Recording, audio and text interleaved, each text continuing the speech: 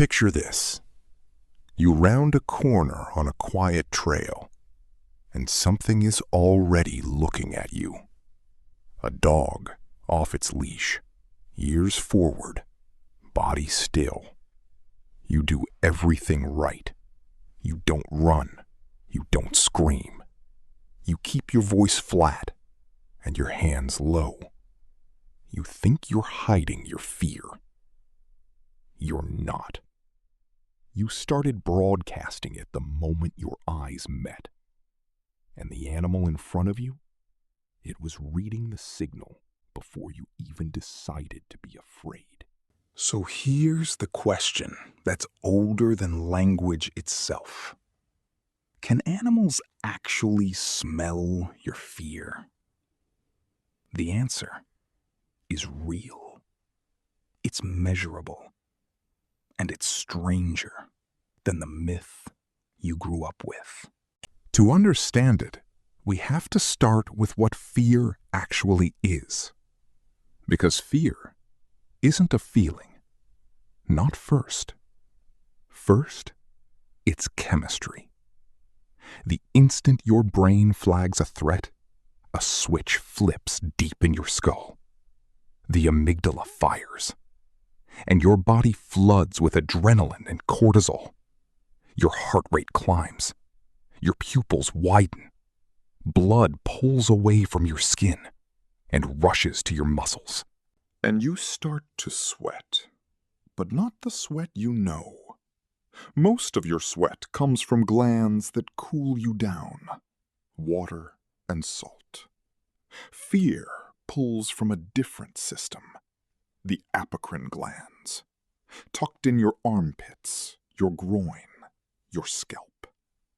That sweat is different, thicker, richer, loaded with the chemical residue of panic. This is the part nobody tells you.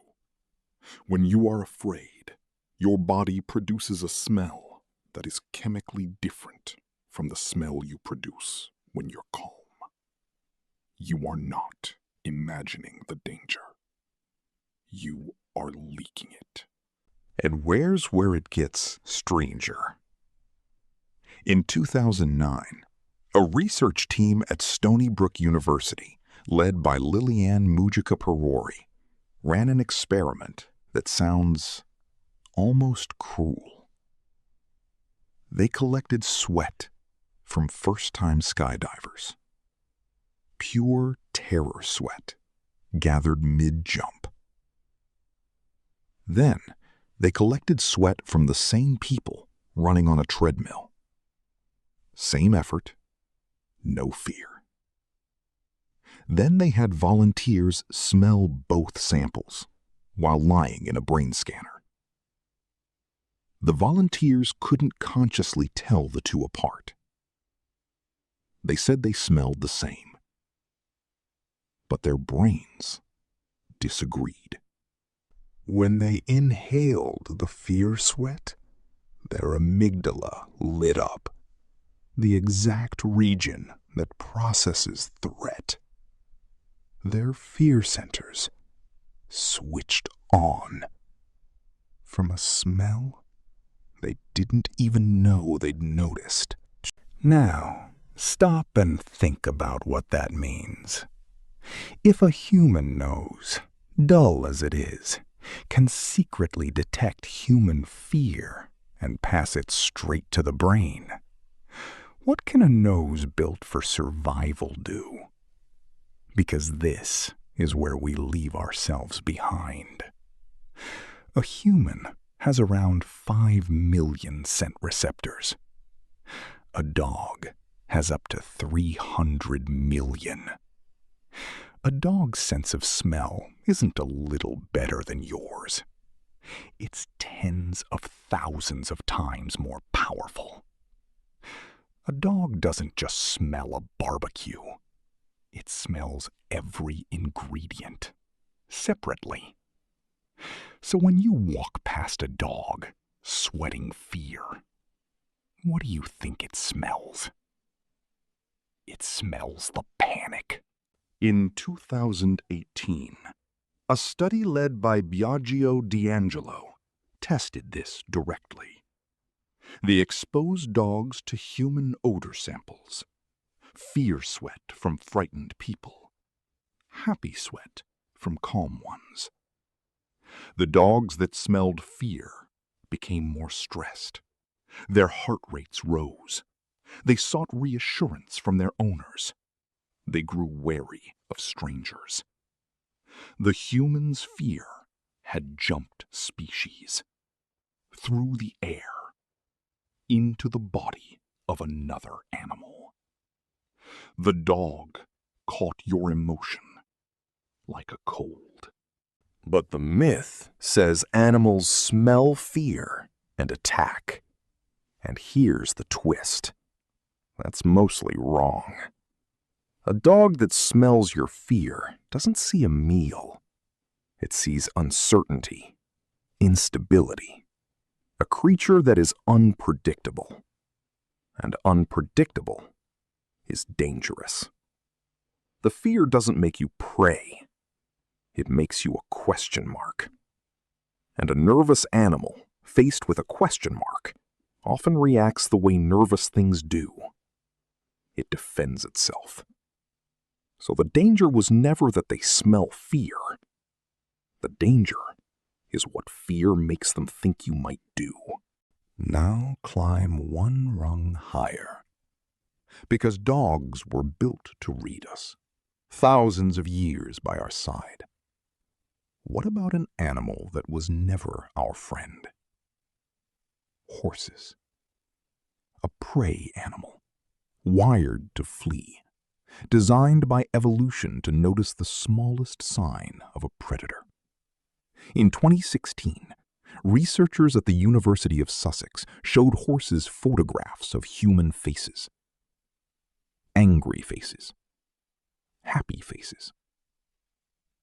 When horses saw an angry face, their heart rate spiked, and they looked at it with their left eye. That detail matters.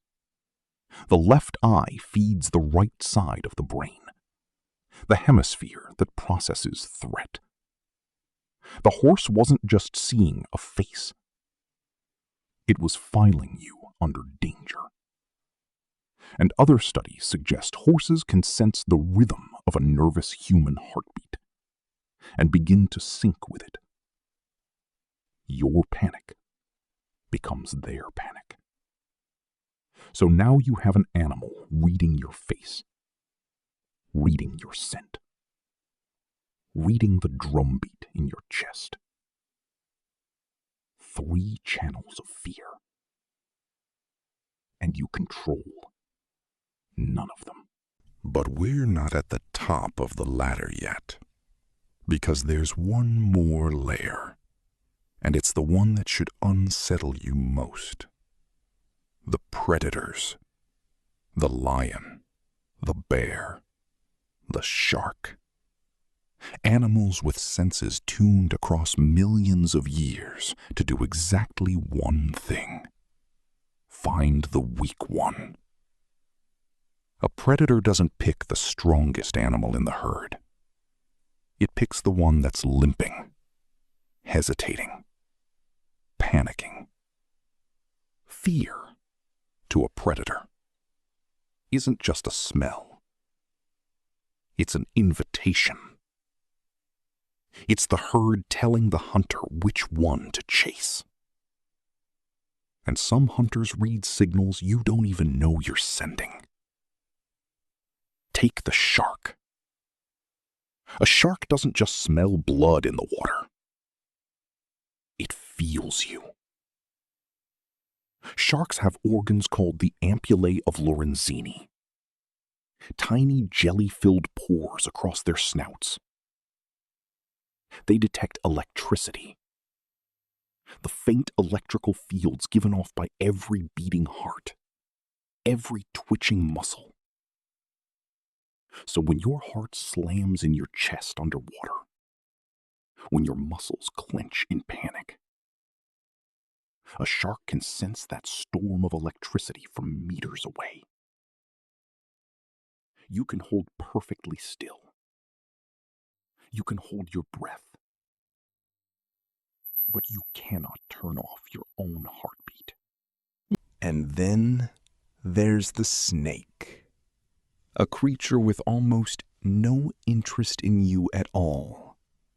Cold, patient, nearly blind in the dark. But a pit viper doesn't need to see you. It has heat-sensing pits between its eyes and nostrils. It reads your body as a glowing shape of warmth. And when fear floods your skin with blood, your heat signature shifts. You light up. So whether it's scent, sound, electricity, or heat, there is almost no sense an animal can have that your fear does not feed. And this is the truth that ties it all together. You are part of that herd. That trembling, sweating, heart-racing signal you give off when you're scared, it isn't new. It isn't human. It's ancient. It's the same signal a gazelle gives off on the savannah. The same signal that has marked the weak for death for hundreds of millions of years. This is the part that should stay with you. For almost all of that time, your ancestors were not the hunters. They were the hunted. Small, slow, soft. Surrounded by things with claws and teeth and sharper senses than ours. For millions of years, we slept in trees and huddled in caves. We listened in the dark. We learned to feel the eyes we couldn't see. And the ones who survived to pass down their blood, they weren't the bravest. They were the ones whose bodies learned to scream danger before their minds even caught up. That ancient broadcast kept your bloodline alive. Every time you froze, every time you swept the dark with your eyes, every time you felt watched and couldn't say why.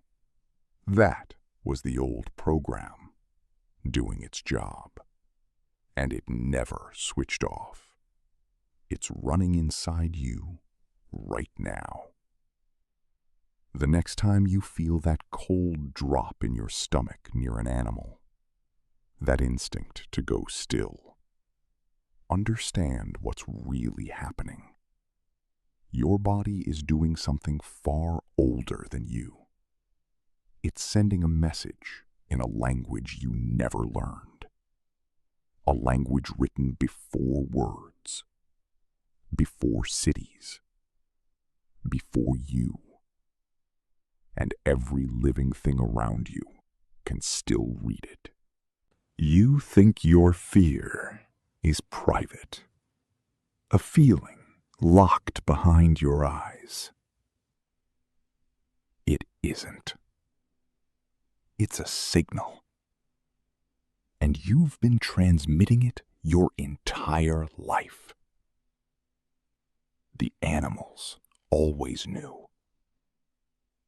The only one who didn't was you.